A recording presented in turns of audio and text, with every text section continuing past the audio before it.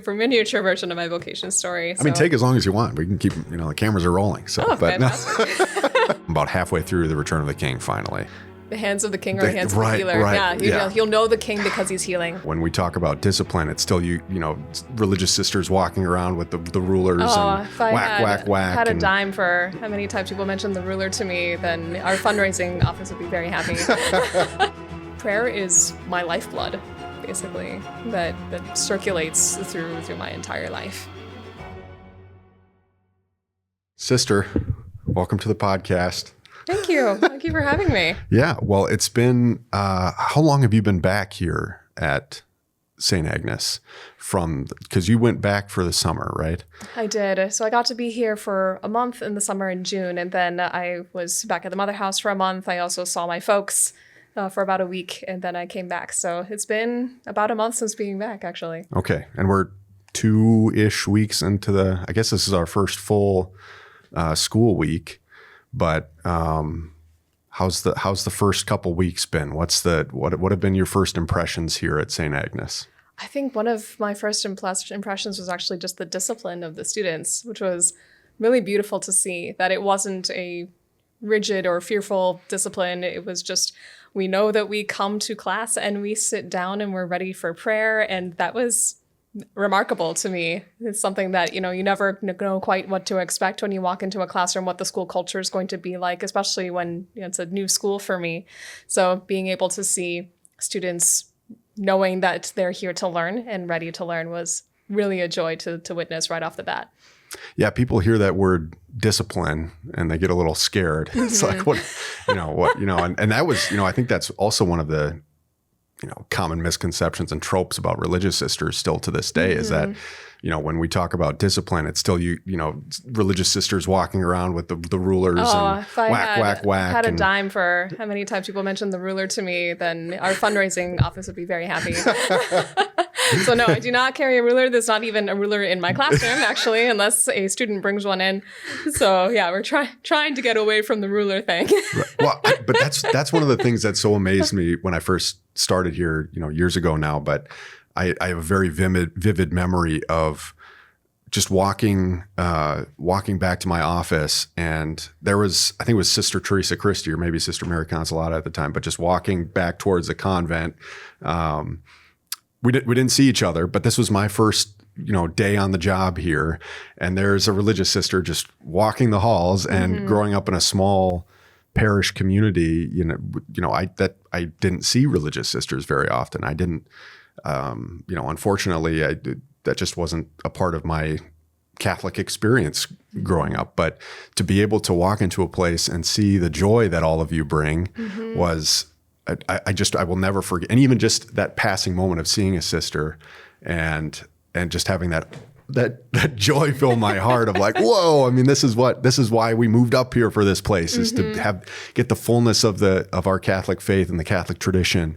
And then obviously you step into the classrooms and yeah, the joy that all of you bring is infectious. Not only for me as a guy who's usually around with a camera, but I'm sure for the students as well. And can you speak at all to the joy that discipline might bring for students as well? Not the traditional discipline, but this is a rightly ordered discipline. That's with always the way of the median is the best. Not too strict and not too lax either. But when you hit that sweet spot, and it creates this openness of being ready to receive, but also being ready to give. So that willingness to receive is not just being willing to receive the teacher and the material, but to receive their classmates, when they have something to say, and to be able to recognize the gift that's in front of them is so beautiful. And when we're too rigid, then, we've missed the point. It's rigidity for the sake of rigidity. And when we're too lax, then we're not paying attention. So when we hit that sweet spot of that comfortable familiarity, and especially as we're getting into the swing of the school year, and my students and I are getting to know each other and beginning to trust each other. And that's opening up new avenues for being able to explore truth, beauty, and goodness together. And be able to be open to the Holy Spirit and what he wants to bring in any particular class and any particular time. It's funny, the infectious joy that you mentioned, that oddly enough still happens to me sometimes when I see a sister of a different religious order. I mean, my own sister certainly, but I'm just like, oh wow, it's a missionary of charity. And I get excited too. I'm just like, oh yeah, I'm also a sister. That's exciting. So there's part of the joy that continues to rebound. I mean, on the one hand, it can be easy to take something for granted when you experience it every day, but you have those moments when you realize just what a gift life is, what a gift my vocation is, what your vocation is, in its individuality of how God has called us. And it's a really beautiful thing. What are some of those ways that, in particular, you've observed our students, that willingness to exercise discipline, maybe not only in the classroom, but in their studies? Have you been able to witness any of that in the first couple of weeks? I believe so. I think, especially, I'm teaching freshmen, so it's a new step for them. A lot of them are in the same school coming from junior high, but also that added responsibility, that, stepping back even further of, they get to shine, they get to be responsible for themselves. And when you see them step into that, realizing, oh yes, I'm in high school now, I can take more initiative, I can be responsible for my own actions. It's neat to see evidence of that. Once in a while, it's a little bit rocky. We just give that reminder. And then most of the time they say like, oh yes, oh yeah, I do need to do that now and do it on my own. And so that's been really neat to see. The freshman year is a really amazing year of growth and change. And, I get to see that in their poetry also as an English teacher, which is really exciting. The poetry they were writing at the very beginning of the year, a couple weeks ago, versus the poetry they were turning in just last week is already growing in leaps and bounds. Leagues above. Oh, absolutely. It's like, wow, this one is deep. Yeah. Mm-hmm. I remember thinking back on some of my poetry. Woof, not so deep, not so, but. Mine too, but, try to tell them, if you want to get to writing poetry, you have to be willing to write bad poetry first. I wrote so many bad poems, until I finally got one that's like, hey, that one's not so bad. Trial and error and practice, yes. And practice, mm-hmm. Right? Yeah, so where did you, maybe talk a little bit about where other assignments you've had, sure. Some of your other school experiences too. Yeah, and then absolutely. ultimately we can talk about what led you here, maybe why you believe the Lord has called you here in this particular time. But start with where you've been. Okay, absolutely. So right after I made first vows, I went to my first teaching assignment because by then I had a master's degree and could go ahead and start teaching and kind of begin working on certification on the way a little bit later. And oddly enough, most of my teaching experience has been Illinois, but in two separate missions. So I spent 4 years in Peoria, Illinois, teaching at a high school there, which was a great place to start. It was a neat environment, just very supportive. And, I still have some great friends there I've been able to visit, which is beautiful. And then I took 2 years to complete a master's in education to get that certification. And that was in Washington, D.C., so very different, East Coast. Although I'd had experience with the city before, my brother lives in the area. And then I spent 4 years teaching at a high school in Chicago. And then 2 years back at the Mother House when I was director of communications and doing things like our community newsletter and managing our social media, photo archives, things of that nature, doing a lot of writing bits and pieces here and there, and finally being missioned here. Wow. I have some back. I was in. I studied and discerned in the seminary for a brief while, but I had some good friends who were from the Peoria diocese, and so I don't know the area well at all, but I've heard great things come out of that. I know some great men who've come out of there, and oh yes. So yeah, I'm sure it was a blessed opportunity to be able to serve probably there know too. some people in common actually. Ooh, okay, off camera. That's where off camera. See if we know the connections. Yeah, just start throwing names out right now. Okay, so you've been East Coast, back to the Midwest. Mm-hmm. Where are you from originally? Originally also from the Midwest. Okay. So I grew up a lot in Iowa, but my family moved back and forth between a small town in Iowa called Marshalltown and St. Louis. So yes, constantly back and forth between those two places. And Okay. now most of my folks are in Kansas. Still Midwest, just different Midwest. Yeah. Okay, now I got to just ask because we're making connections here. Do you know, we have a good friend who's a Franciscan Sister of the Martyr, St. George. Did you ever know any of those sisters I know down the there? community. And actually, Okay. one of our sisters is blood sisters with one of their sisters. So Okay. yeah, I've definitely interacted with them a lot, but I don't know a lot of them individually. Yeah. Okay, we took a shot. We took a shot. We tried. Great community. I love them. Yeah. We stayed down there. So our youngest godmother is is a sister with them, and, Oh, wow. and so we number of years ago went down and stayed at one of their. They have a nursing home, Mother Good Counsel home there in St. Louis, and so we spent a few days down there. And Oh, fantastic. God willing, when she makes final vows, I think probably coming up here pretty soon. Hopefully, we can make the trek down there and be there. But she does her home visits. I forget if it's every year that they get them or if it's every couple That's years. what we do but- too. Okay. Yes. So like we went out for lunch with them. Fun. Yeah, and that was a blast. And our boys love them. They're again the joy, the infectious joy when Absolutely. the Lord is at the center of your life. I mean, it's what we all desire. So maybe why do you think East Coast and Midwest? Serving back at the Mother House. Why do you think, was it just Mother Amata? She was just like, we got to get you out of here. Let's go on back into the mission field. Why do you think the Lord, You wanted to get rid of me? why do you think, have you had any inkling since you've been here as to maybe why the Lord has called you to serve here at this time? It's interesting because being in so many different environments, even just different liturgical traditions that I've been able to serve with, it's been beautiful to see the living tradition here.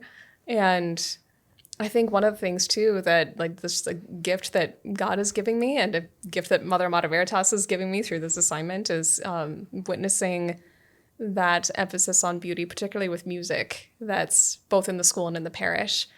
Because I also sing, and music has been a very important part of my life, an important part of my spirituality, and to be able to see young people take that seriously and be able to share that gift with others in the school has been really beautiful. So that's certainly a great gift to me that I just very openly receive because it's not like that everywhere. And I think too, just the opportunity to teach something new. I've taught history, I've taught German, but to be able to teach English, something that I've interacted with a lot. I write on the side. I've written poetry, as I've mentioned, and gotten lots of training in how to teach others to write essays and things like that. To be able to focus on that is a really big gift as well that I certainly didn't expect. So when those assignments came out, I was just like, oh, English. And they're like, yeah, I can do that. Mm-hmm. Wow. And I am like, I do have it's what's called an endorsement in English. So it's not like they're just throwing me out there to see if the pasta sticks on the wall. No, it's not like that. Do you get to put in, because I know like priests, before they're reassigned or when those times come up, they can maybe say like, I'd love to serve here, or I feel called to stay at this parish. Do you have any part of that as your assignments come and go year to year? I mean, there's certainly a lot of openness to dialogue if I have some kind of serious reason. But part of the grace of obedience is just being able to surrender that and be open to whatever God's will is, because those assignments are made every year. It's a gigantic puzzle, the meeting of Yeah, I would the want to be in school's charge needs of that. and our gifts, and who just graduated and needs to get out into teaching, and who needs to go to Rome for a year, and all of those things is a gigantic puzzle that Mother Amata Veritas and her council work on together. Now I want to ask you about your name too, but when it's been 3 or 4 years now that Mother Amata Veritas has been your mission. Oh, your goodness. Mother Yeah, I Superior, think it's going on 4 years.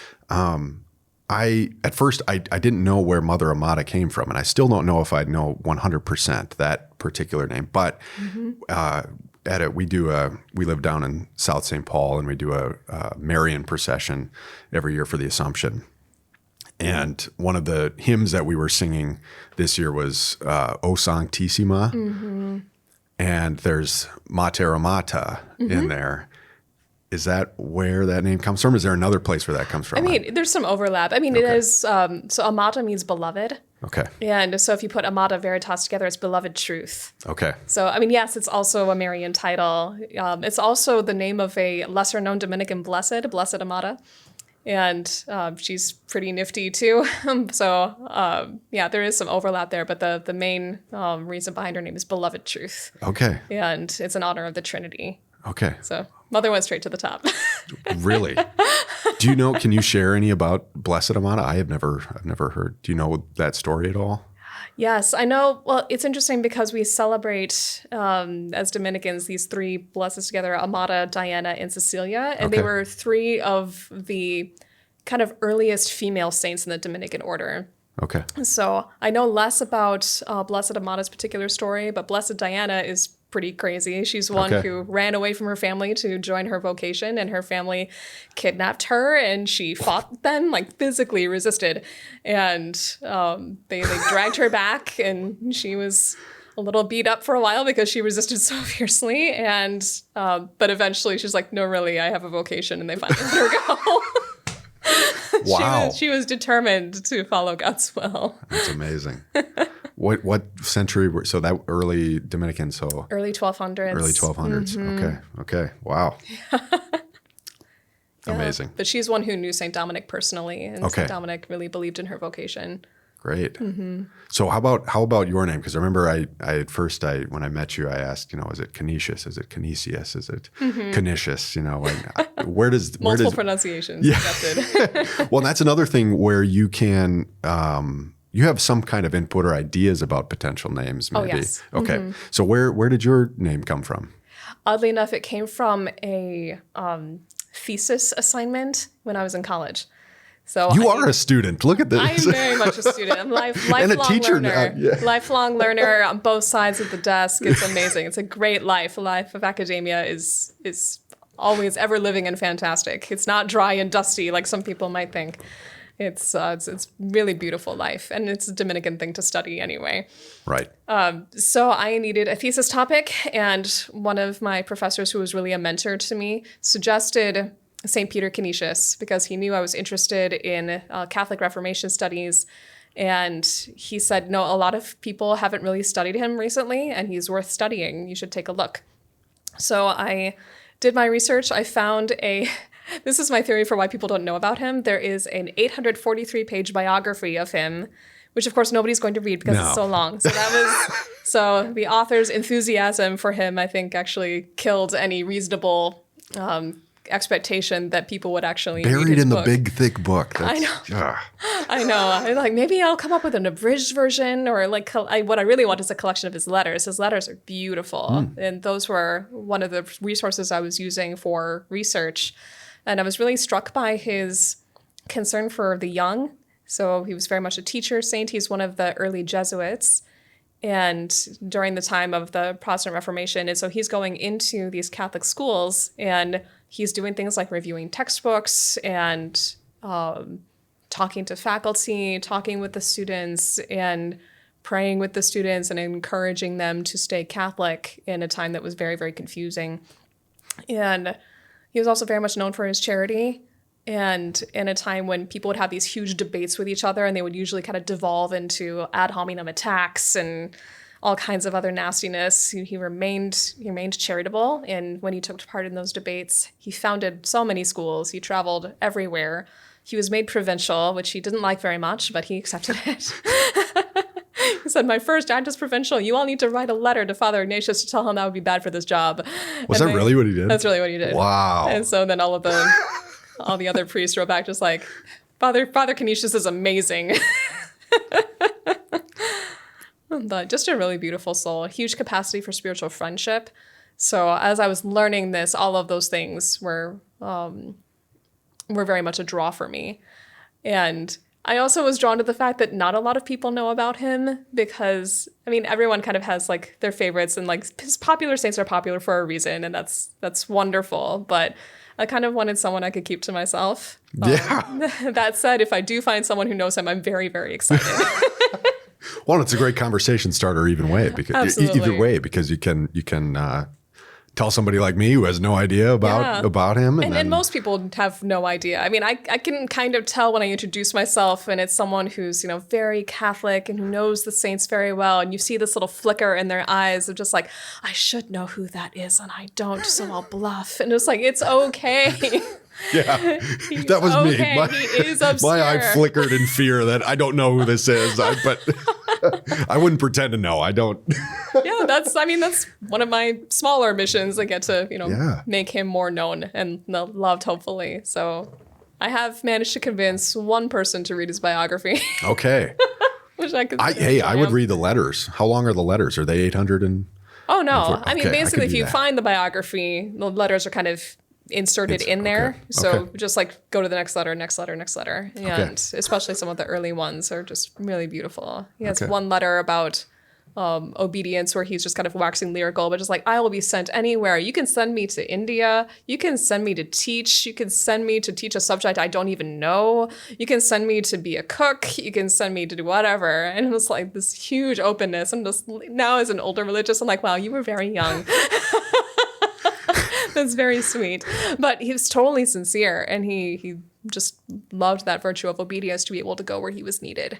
Yeah. Well, that's kind of an echo of your willingness too, from what you just shared about teaching different subjects, being the director of communications for your order. I mean, it's so freeing. I mean, I'm still surprised with the past couple of assignments, but it is very freeing just to know that like God in his divine providence has put this in my path as something that he wants me to take up. And it's a gift that I can give, but it's also a gift for me and part of my path to sanctity. So it's beautiful to be able to trust that. Yeah, you sisters live here in the convent part of the school. So it's connected to the school. If people watching don't know, it's another wing essentially of the school. And I love, one of my favorite things is when I happen to be out, when the weather is still nice around here, and you sisters are out on the front, on the steps, just chatting or having a conversation, or I very clearly remember some of the sisters biking around, and Sister Maria Carol. I am not one of the bikers, but yeah, but Sister Maria Carol, great. Rollerblades. Oh my goodness, yeah. Yes. I don't do that well with things on wheels unless it's a car, but yes, a lot of our sisters really. What is daily life like for you sisters living here in the middle of Frogtown, Minnesota? What does a day in the life of a Dominican Sister of Mary, Mother of the Eucharist, look like here? Yeah, well, it looks remarkably similar to what a day in the life of a Dominican Sister of Mary, Mother of the Eucharist looks like elsewhere, which is also beautiful. We have that stability everywhere we go. So we wake up pretty early. First thing we have is a holy hour, Eucharistic holy hour. It's very important to us as part of our charism is Eucharistic adoration and devotion. So beginning that precious time in the morning with the Lord, even though we can be a little sleepy, but he accepts it. Right. He loves that we're there. And then most of the time we attend Mass here in the lower chapel at Saint Agnes, and then quick breakfast, and then we're crossing the threshold into the school building, and we have our school day, which looks very much like anybody else's school day. But then we come home, we usually chat with each other, talk about our day, whose ever turn it is to cook, we'll cook, and just kind of chatting in the kitchen. And then we pray Vespers together and Rosary. Then we have dinner. Then most people's favorite part of the day is the recreation. So we have about an hour of recreation in the evenings where we play games or we talk or do some kind of activity together. And then night prayer. And then, we have a little bit of time to do schoolwork or some other kind of way to wind down before we finally go to bed at the end of the day. Full day. Full day. It's always full. But you still have time for recreation. That's right. That is sacred time. Leisure. Yes. yeah, it's important. Yes. And obviously too, your day is rooted in prayer.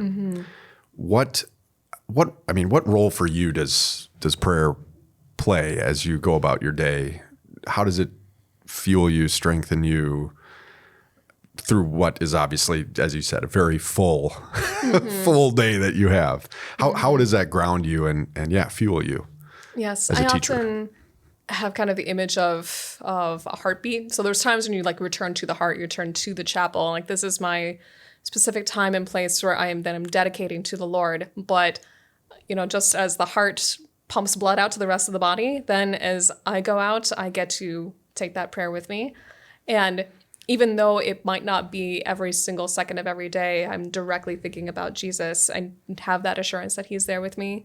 And always trying to remember to practice the presence of God. And, even just, praying with my students at the beginning of class, always trying as part of that, striving for holiness, whatever challenge comes in the day, just like, okay, I'm giving this to Jesus. This is part of my cross today, to try to see things with a supernatural lens. And then, of course, like all those activities and things that I have to do, that I have to focus on, being able to bring that back to the heart, so it's a full circulation that always goes back to him, or exitus reditus, which is a liturgical term, which, things coming out from God, things returning to God.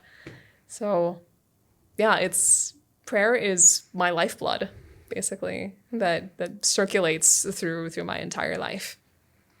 I think it's really, I think it's true as well that here at Saint Agnes, I think prayer in particular, Eucharistic devotion is a real lifeblood for us as a school, an institution as well. And I think it's illustrated beautifully by your chapel that's open for our students during the school day, that so many teachers and students are going in and out of throughout the course of the day, just spending even a few minutes in time. Yeah, to be in prayer. the real presence, to Right. be in the real presence of Jesus, that we have that here and that people want to be with him is really incredible.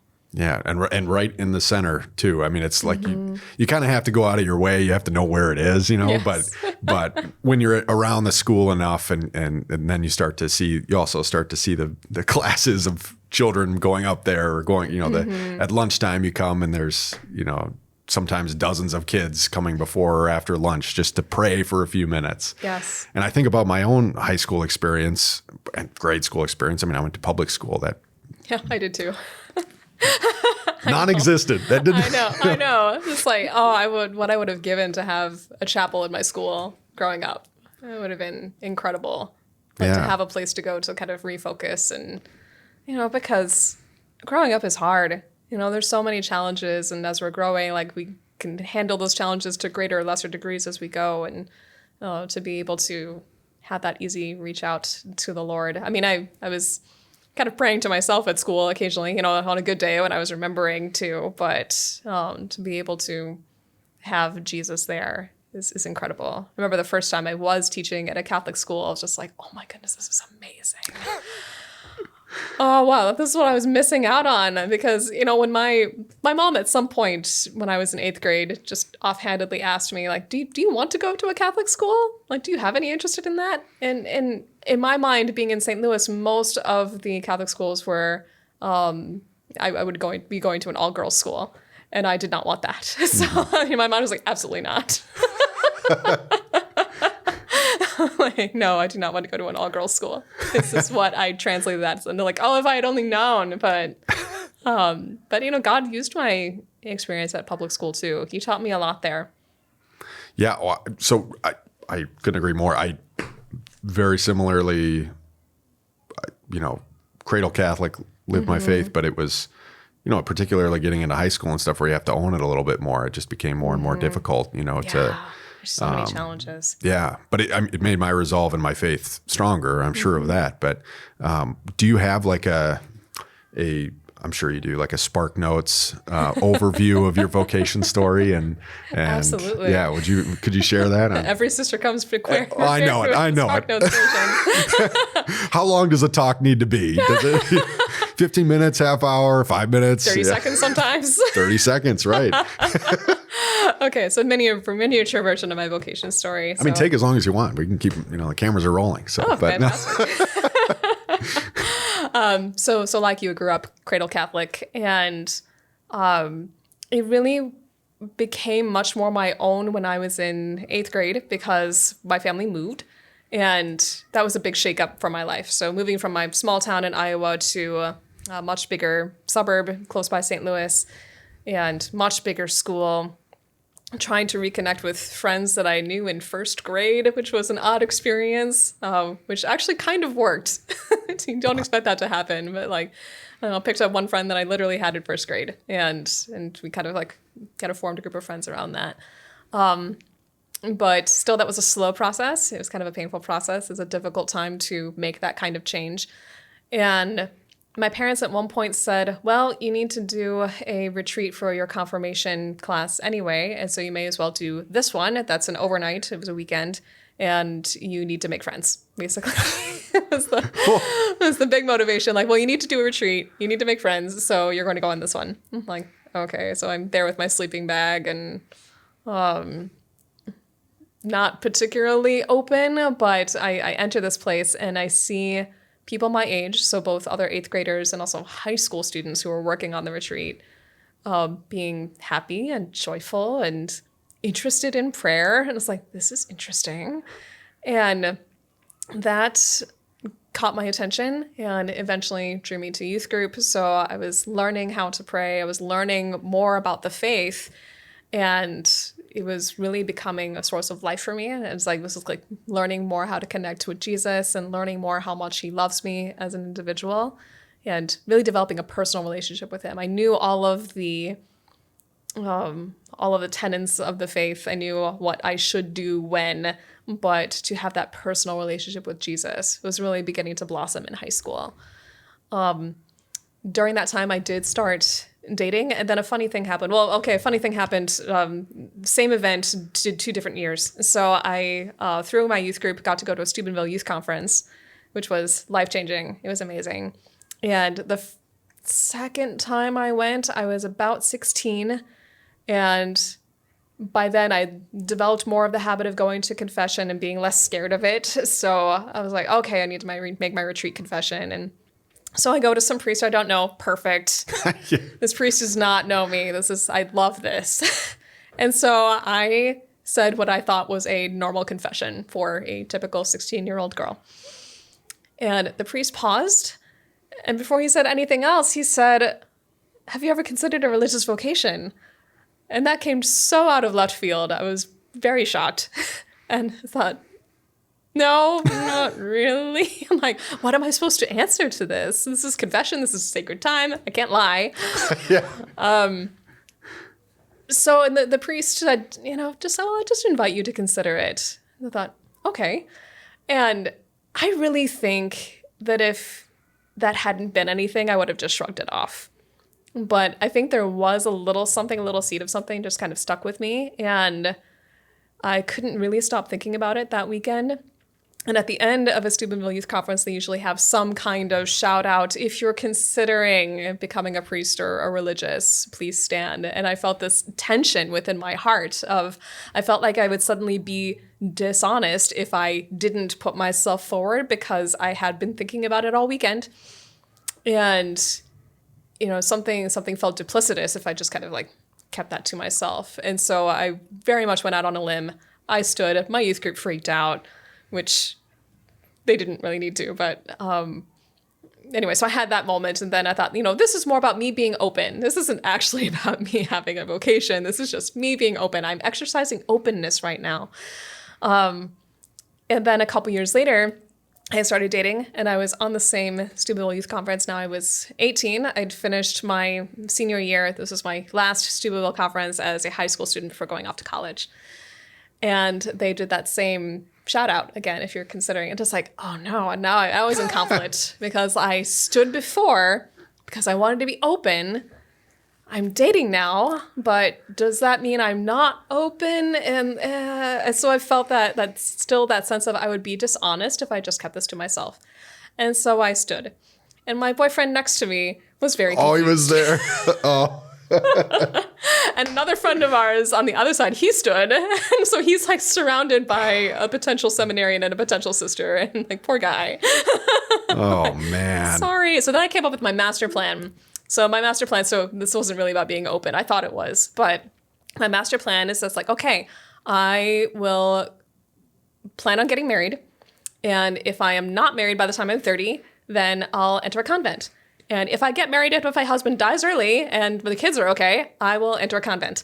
So I tried to have it both ways, which was terrible.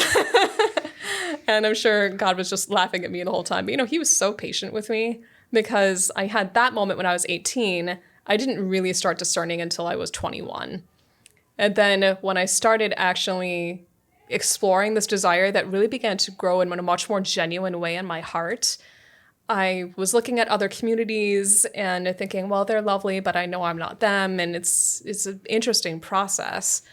But by the time I actually found my community, by then I was 22.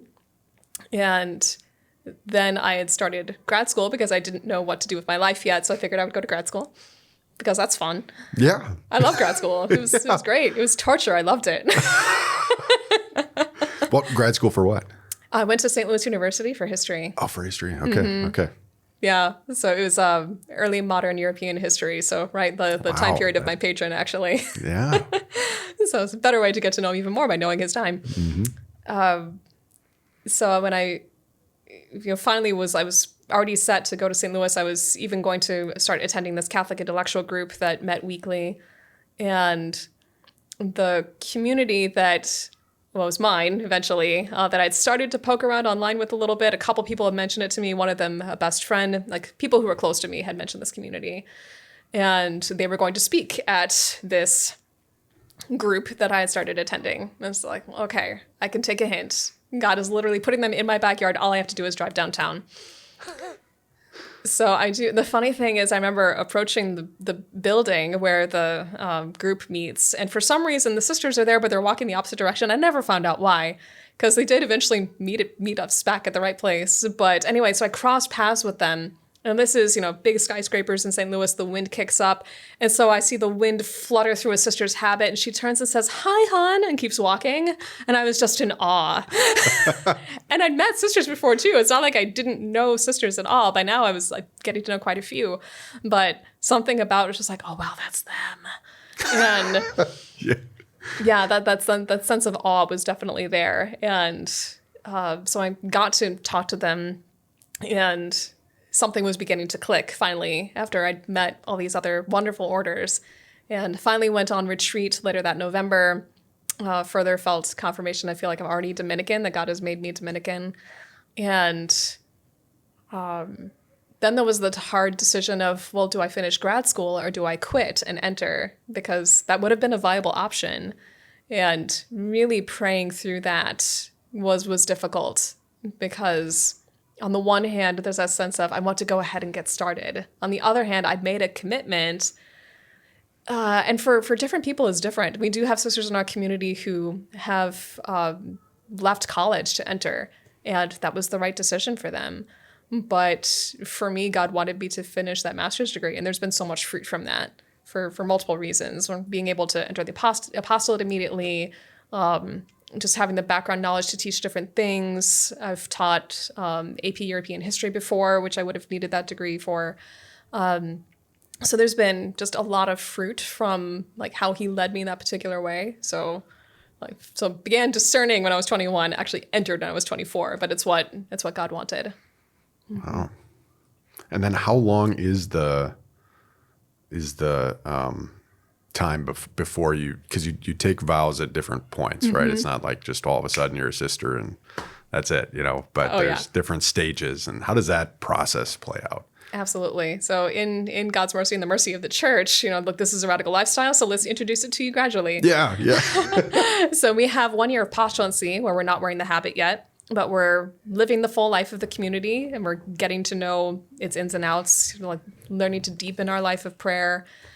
And that lasts for a year. After that, we receive the habit and a religious name.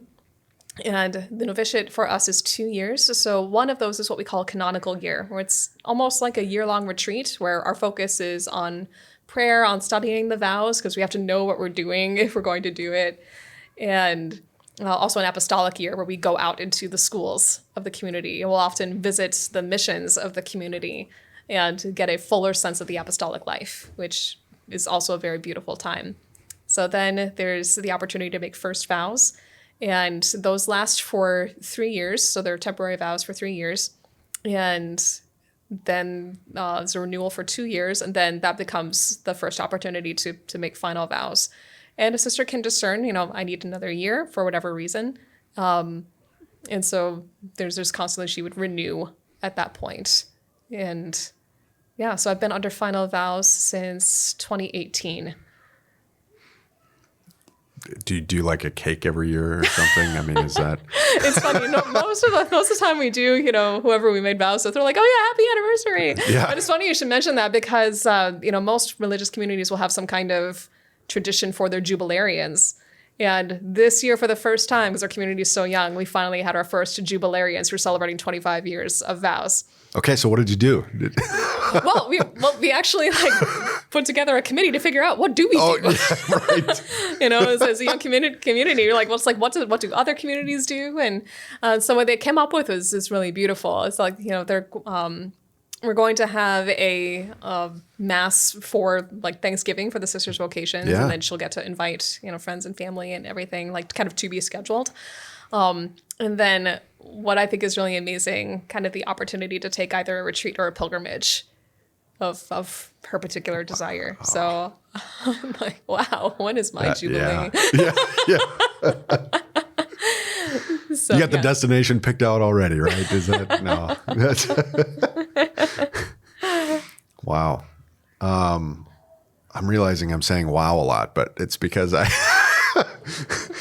don't know the intricacies of sisterly life. It's clearly a beautiful vocation, and it's radically different, and it is not the normal vocation, if I can use that term. Right. Most people are in fact called to marriage, which is also beautiful and extraordinary in its own way.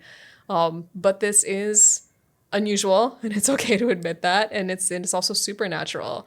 It's difficult to think who would actually choose this life for purely material reasons. I mean, it can't be for material reasons. You give up materials.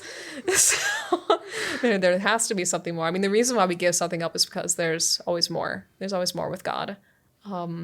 More that he's asking of us, which is what people see. They're like, oh, you can't do this, you can't do this, you can't do that. You're not, or, eventually my students will get into the, are you allowed to questions, which I'm like, so I freely chose this. But what we get back is the 100-fold. It's so much more, because God really isn't outdone in generosity. And that sounds kind of trite, but it's just so true. He is the Almighty and the giver of all good gifts. And I get to receive that and see his providence in a particular way. And I think too, it's great to know, for people considering vocations and things as well, that it's not just like you enter the convent and that's it, but that there's it's you're praying through it constantly. Absolutely. And you have other sisters that you can lean on. I think fondly about though it was brief, my time in the seminary, but some of those friendships I formed with other men who were discerning that particular call from the Lord. Who've asked the same questions as you. Right. It's very bonding. Yeah. And even the stages of different vows and things, there's still a discernment happening. And again, that openness to obedience, and sort of like what we started talking about with discipline and working within the framework in some ways. I think it frees you up to live your life more fully, actually. Yes. What other things do I have here? I wanted to talk about this. Okay. So you're an English teacher. Yes. We live in a world where it seems like fewer and fewer people are reading good books. We don't know what good books are anymore, even. as a culture and as a parent. For me, I'm we're constantly going into, well, not me as much, but my wife, is going into libraries with our little boys and having to shield their eyes from things. And so then when I do go in there, she's telling me about it, but when I go in there, I'm just like, you've got to be kidding me, never go in there again. I know. But so what are the merits of finding good books, and what can reading and literature, what do they do for students and children today? I think one of the marks of good literature is that being able to tell a story well, but also in some ways, the best ones are always a retelling of the resurrection. And, it's the retelling of Jesus' story. And it might not be obvious, but there's some kind of redemption there. That doesn't even mean it's necessarily a happy ending, but some kind of seeing the world as it is, as fallen, but seeing those glimmers of beauty as it was as God made it. And something coming to redemption, some kind of growth in virtue, some kind of knowledge that there's something beyond just what's in this world, whether that's very obvious or whether it's very much in the subtext. And I think that's one of the marks of good literature. And to think like, okay, subjectively as a reader, what is happening, in my soul and my thoughts as I'm reading this book? Is it lifting me up or is it dragging me down? Am I now seeing the world in a more pessimistic way? Am I seeing my relationships in a more pessimistic way? Or do I see something in literature just like, wow, that's awful and that's eye-opening and that's convicting for me. I realize I struggle with that same thing and I need to work on that and give that over to God, or I see where that's going to lead me. So I think being able to have those discussions of the big ideas in literature is very vital, and really think about what effect does this have on my soul. So first, getting people to read, but also to read good books is, I think, very important because, part of our day too, which I didn't mention, is that we have a period of spiritual reading. So obviously we're not reading novels at that time, but we are recognizing that reading feeds the soul. Good reading feeds the soul. And, we don't always want junk food. Yeah. There's the good, the bad, and the junk food. So I think being able to have those discussions of like, where do we see the redemption in this? Where do we see virtue in this? Or the lack thereof, if that's going to teach me something, I think is very important. Mm-hmm. What are some of the books that you're teaching this year? Well, we're about to begin The Hobbit. No way. Oh, I was hoping you'd say this. Okay, I'm not a Lord of the Rings. I'm not I'm not an expert or anything, but okay. I'm just now, I started it a few months back, the trilogy of the Lord of the Rings. And I'm about halfway through the Return of the King finally. And I just got through the part. Beautiful. Oh, I just got through the part where I'm going to geek out for a minute. Go for it. But the part where Aragorn is healing people. I was hoping you'd say that, actually. I was reading that at 11:30 last night, and I didn't, it's not like I started crying or anything, but like internally I was like, okay, now I understand why people draw I could see it from the beginning, the parallels to Christ, but it just was, the King's return and all. It just was. The hands of the king are the hands of the healer. Right, You'll know the king because he's healing. Yes. Yeah. Yes. It's a text. It's the classic Catholic example, that gets that I feel like quality literature. But it's interesting too, because you hear people talk sometimes about, we can't encourage too much fantastical reading, magic, that kind of stuff, and yet that's woven throughout. Those books, how do we wrestle with that? Yeah, I think it really depends on how it's used, because the way that Tolkien uses it, it's like the magical elements are actually not in your face. They're actually very subtle. You have this race of elves that just like lives forever. It's like you're not noticing like fancy explosions and sparks and things like that per se. So it's really more of a testament to the natural powers, and all of the magic that's in there is kind of derived from natural powers. There's no really weird stuff in there. So I think the way he uses magic is just to kind of like reinforce that wonder and awe in creation, because there is a sense like fantasy, if it's done well, is supposed to take us enough out of the world so we can look back on it and think, oh, I've learned something by being in this different mental environment for a while. Or, for example, C.S. Lewis with the figure of Aslan, having, this character who's a lion that kind of gets around some of our barriers in a way. Just like, oh, that's interesting. Here's a talking lion. And wow, he's a really amazing talking lion. And he's actually very wise and very powerful. And oh, wait a second, he's talking about Jesus. Snuck that one in there. He snuck that one in there. So using some of those literary tools of symbolism and imagery and love of creation, and there's a way that fantasy can do that. Or I've just finished actually the Chronicles of Prydain, and I'm hoping I'm saying that right. Okay. But it's a fantasy series. Yes, there's magic in it. There's not a whole lot of it though, and just you see the growth of the main character going from I want to be a hero to I'm accepting who I am and being humble about it, but he becomes so much more of a strong character through that humility.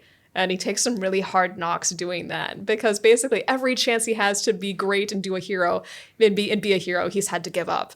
And you're devastated along with him, because it's just like, oh, you had this magical brooch that gives you this like insight into all this stuff, and like, oh, you have to give it up to save everybody. Oh, okay. Bummer. So you have to still be lowly in order to actually save people. So there's beautiful lessons to kind of like craft around that, which fantasy can really do. I think we get more into a danger when what I think of the most actually is, remember when that movie Avatar came out? Not Avatar: The Last Airbender, I haven't seen that, but the blue aliens and everything. I am disappointed in that film, not because it's a fantasy, but because of how they treated the human person. And I've heard of some people reacting to just like, oh, that world they created is so beautiful and I want to be a part of it, and I'm so sad that I can't, and just like, so like that was like the bad sense of escapism. And like, I mean, at the end of the story, you have this man who's he's in a wheelchair. He's dissatisfied with that. And so he's given that opportunity to like go into this alien body and kind of like live through the alien body, which is tall and strong and healthy and everything that he feels he's not. And at the end of the film, he basically gets to permanently inherit that body that's not his, and his old body gets destroyed. And it's just so anti-human. And I just thought of how much more brave it would be and how much better of a story if he learned to accept the dignity of who he is, even in his broken body. And I was just very disappointed that it was so unaffirming of the human. So you can have fantasy that affirms the human, affirms God's will for us, and reveals something about his relationship with us. Or you can have that fantasy that just like, we're just drawing you in so that you're disconnecting from reality and you're not drawn to live a more virtuous life. So it just really depends on how it's handled.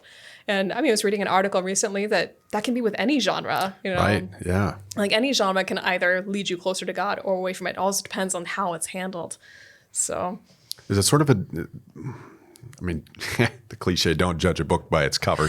Sometimes you can, I feel like, a little bit with some of these books that we're seeing nowadays. But is that sort of like, maybe sometimes if a book looks, you can read the synopsis, if it looks interesting, you jump in, and then you're sort of discerning as you're reading whether or not it's something you should continue to read? I mean, is that? Oh, absolutely. Okay. Absolutely. And there are even just some individual differences where, like, I know some people have really gotten a lot out of this book, but it's, and I could see where that could be, but, for me and where I am right now, this is not a good book for me, so I'm going to put it down, and being unafraid to put a book down and, to not tie yourself to it. We're just like, okay, this could even be an objectively good book, but it's not good for me at this time where I am with my relationship with God. I need to put it aside.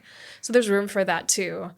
And thinking between mediums too, you bring up Avatar. I mean, I think it's true of movies and TV series as well, because, my wife and I will start a TV series and then we make it an episode or two in, and it's like, okay, this is not, this is not morally uplifting in any way. It's not, we're just killing time basically by watching this, and yeah. So then it's that, okay, well, find something else, do something else. How do we encourage, particularly when it comes to books, how do we encourage young people to read more, particularly the group of kids that you're working with, high schoolers, teenagers who just want to, unfortunately with technology and all of that, it's all this phone time and screen time, and there's maybe a time and a place for some of that, but how do we more properly emphasize physical? I know for me, it's any book I'm reading has to be physical. I'm not doing the Kindle thing because I just need to. I like the smell. All gotta books. New books, old books. Gotta have it. Oh, It's so good. there's just Should be able something to blindfold me and walk me into a library, and I should be able to tell. Yes, there's something tangible about and tactile about feeling it in your hands. And then also for me, I am not the greatest reader. I'd be the first to admit it. Like, we read to our children, but I don't count Dr. Seuss as really, or whatever it is, Clifford, those aren't really intellectually, stimulating me very much, They're fun. They're fun. Yeah. I like to do the voices, Winnie the Pooh, that kind of thing. But that's awesome. I'm not the greatest reader. But seeing the progress as I'm going through a book as well, it's not just like 112 out of 265 or something on a screen, but it's like, I did this much. Oh my goodness, I do that all the time. Yes. I read this much. Look at me. I know. Like physically, like how, yes. I'm reading. I don't know. What are some of those ways maybe that parents could encourage their kids to put down the video games and pick up a book? Do you have any insights into that? I think just being very transparent with our young people about what the effects of screens are, and not in a nagging way. It's like, that's going to rot your brain. I mean, we've all heard that, but Right. Just saying, look, I want you to be happy and balanced, and your brain actually needs a break from the screens right now. How about you try this? Like, this is a really interesting and engaging book. Let's just like, okay, part of your Saturday afternoon for half hour, just sit down and read a book, and you can, make it special. Just like, I brought you hot cocoa. Yes. You cannot drink hot cocoa and play a video game easily. That's true. I'm sure people have tried it, but there's something And they about, failed. There's marshmallow bits. Oh, no, you're controller. gonna spill it over your console, and that's just not the way this goes. But to have that environment, reading the book, I could read a book anywhere, but if you also, set me down with a cup of tea on a comfy couch, ooh, that's even better. But to have something about that is special, and to have that tone of, this is something good for you, to actually, you're stimulating your brain, but you're also giving it a break when it's away from screens. Just like, I want you to be balanced, I want you to be healthy, and encounter something new, which you can in a book. Because I think a lot of times, particularly with video games, we get this sense of gratification because I feel like I'm doing something. Right. Like I've reached that goal, I've unlocked that room. Got that achievement.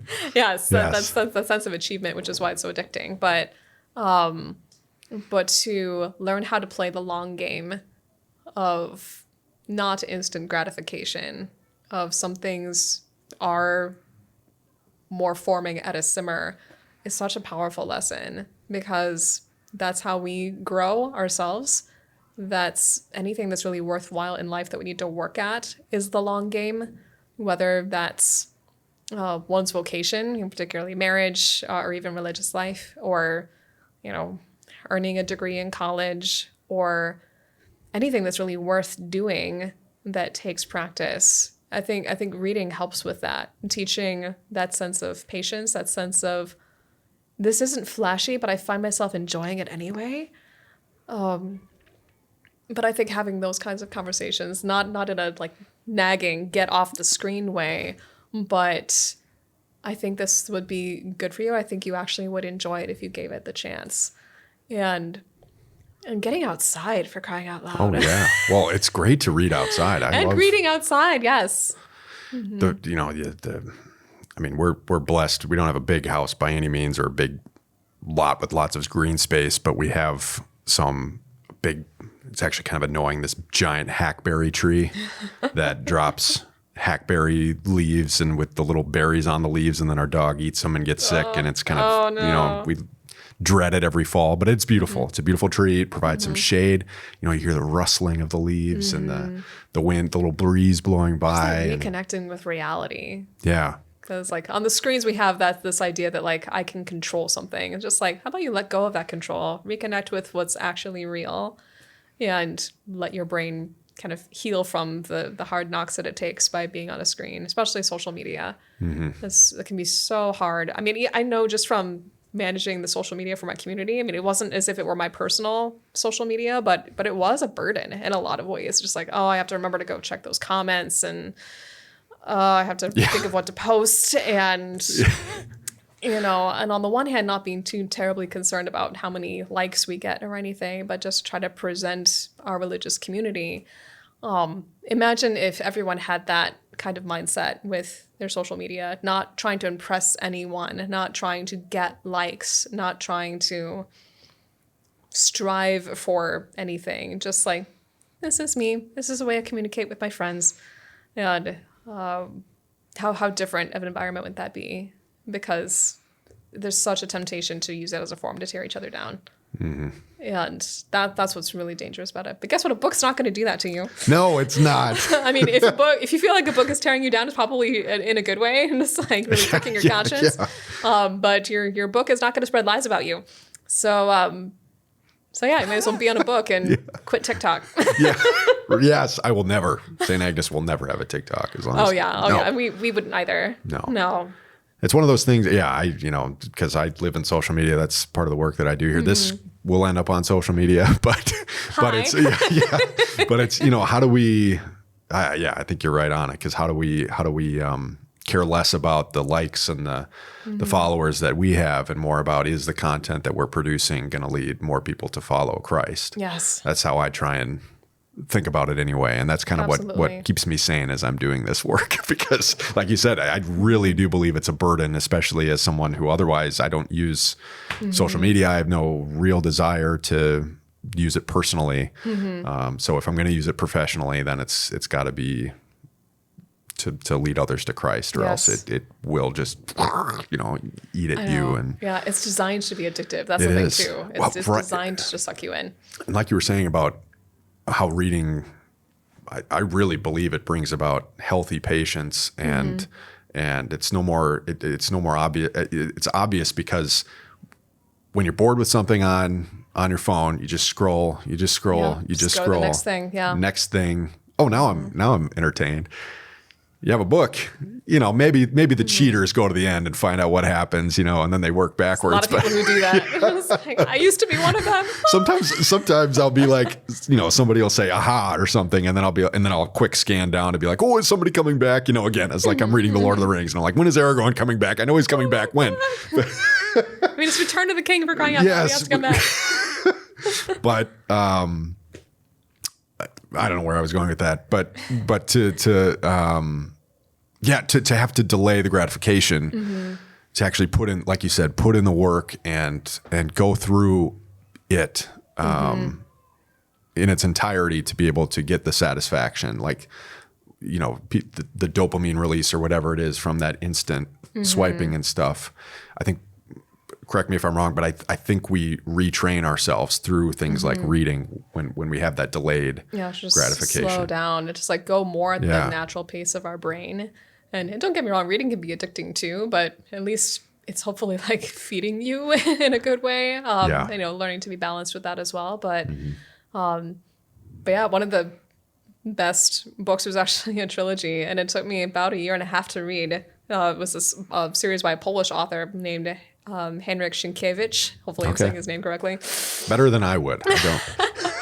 But it's basically Polish historical fiction, and it's amazing. The middle book is so large; it's 2 large books, and it's very, very long. But you follow this character from who's basically starts out as a jerk with like a few noble qualities to like his very long conversion. Even when he like kind of first has the conversion, he's not really fully converted yet. And you can see just like, oh, you still have some room to grow.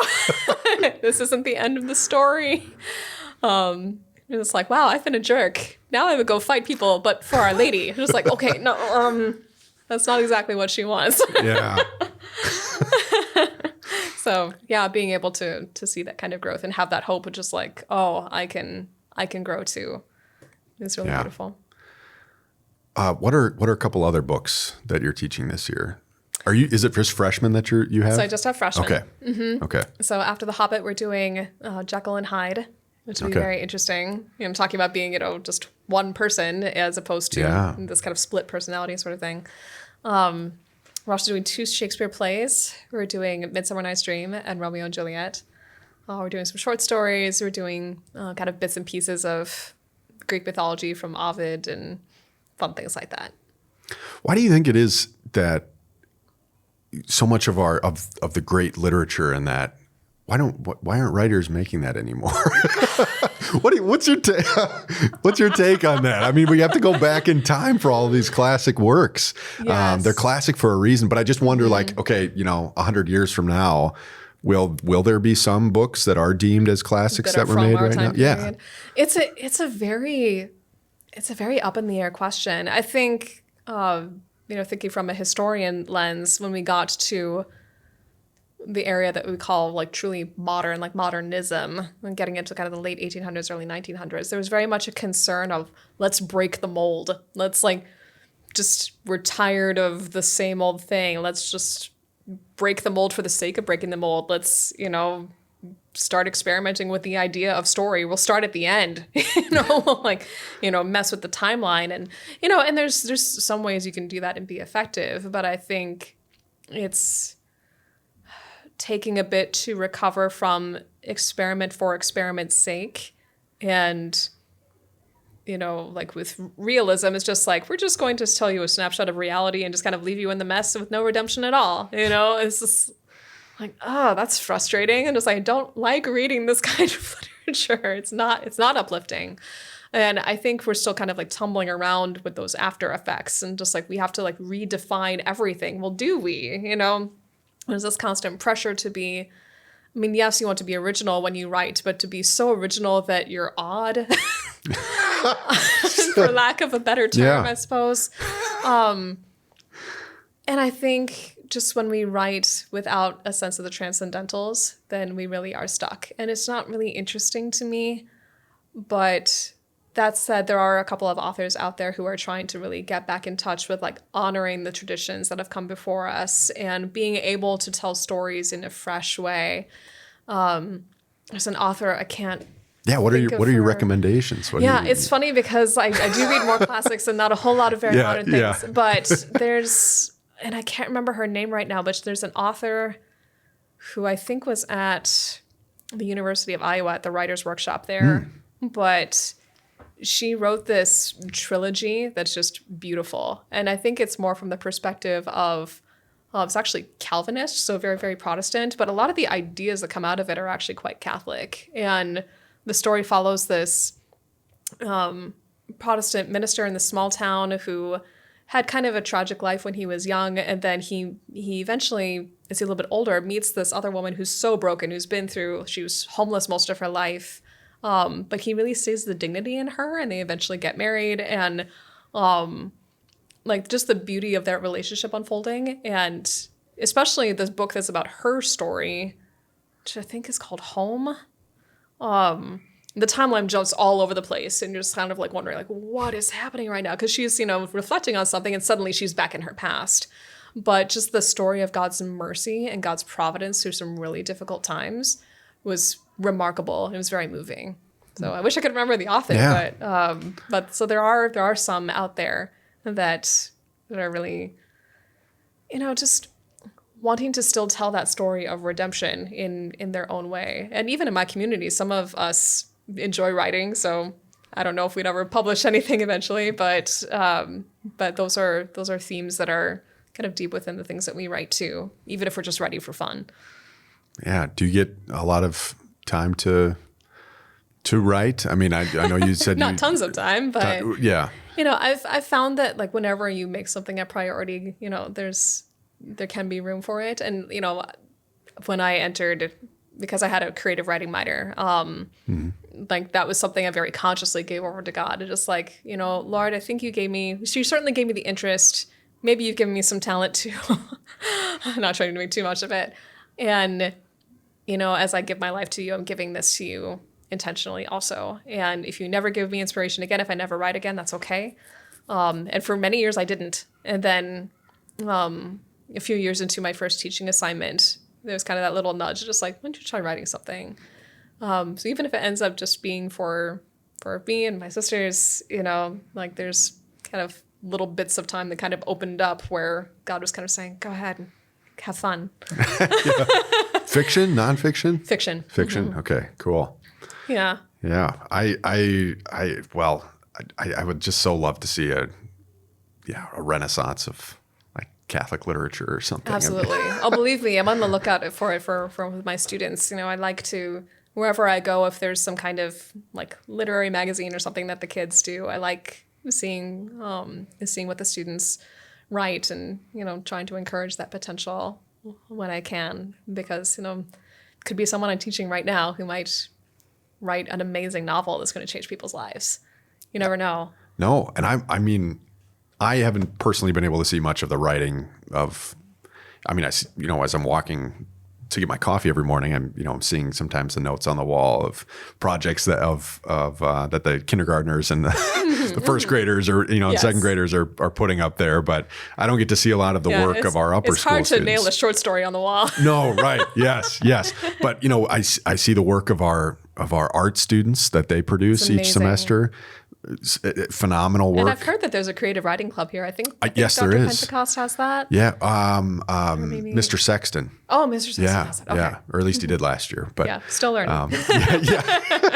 Yeah. But I'm sure that the works that they're reading and that they're surrounded by here, hopefully, God willing, will influence them all of our students to express themselves through mediums like writing. And I certainly see that creativity blossoming in them that I think is rooted in their faith.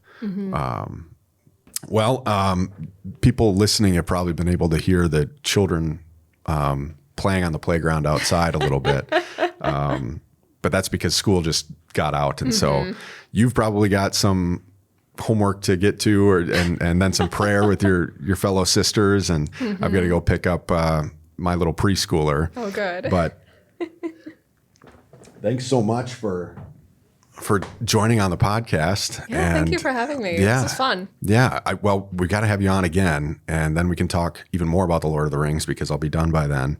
And yes. An entire podcast on Lord of the Rings. Yes. What are your thoughts about the movies really quickly? Do you like the movies? I do actually like the movies. Okay. I mean, as with most things, I almost get tired of people saying, but the book is better, because that should just be accepted fact. The book is almost always better with very few exceptions. There are a few out there, but so I mean, I do love I think the films are very beautifully done, and I still get a lot out of them, but I also get a lot out of reading the books. There's so much more in the books. Yes. Like, if you love the films, read the books if you haven't read them yet. So that's the advice I would give. Yes, I did what I deem is the right thing, and I'm waiting to watch the movies. I mean, I had seen them a long time ago, like when they would be on but now you get cable to see TV them or something. fresh with the book in mind. Oh, yes. That's so perfect. I'm waiting. It's been so tempting to just spend 4 hours and watch the Return of the King, but I'm waiting. So I'm we'll have a follow-up podcast and we'll talk all about that. But that'd be amazing.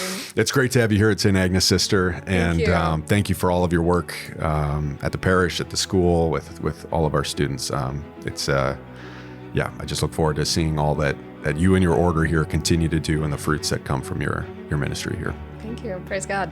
Yeah.